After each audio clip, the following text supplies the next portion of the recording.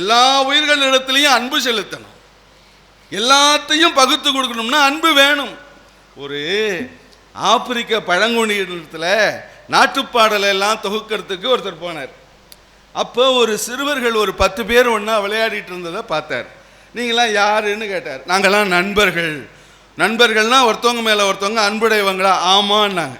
சரி, இங்கே வாங்க, உங்களுக்கு ஒரு விளையாட்டு சொல்கிறேன்னு சொல்லி ஒரு மரத்தடியில் கொண்டு போய் ஒரு கூட நிறைய பழத்தை வச்சார்.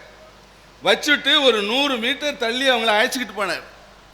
தள்ளி கொண்டு போய் 10 பேரையும் நிறுத்தி, நீங்கள் ஒரே வேகமாக ஓடி யார் அந்த பழக்கூடைய முதல்ல தொடுறீங்களோ அவங்களுக்கு இந்த கூட பழமும் தரப்படும்னாரு.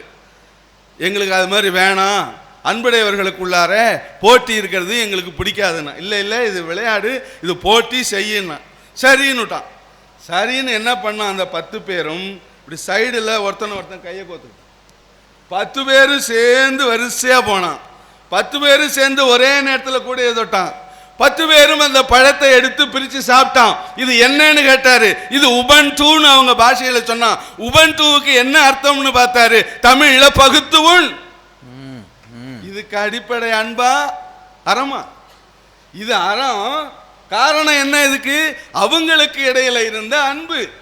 அவங்களுக்கு இடையில போட்டி வராமல் தடுத்தது இருக்கிறதே, அது அன்பு.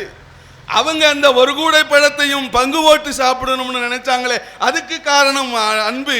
ஆனால் பயன் என்ன என்று கேட்டால் அதுதான் அறம். எனவே அறத்துக்கு அன்பு அடிப்படை என்பதை நாம முதல்ல தெரிஞ்சுக்கணும்.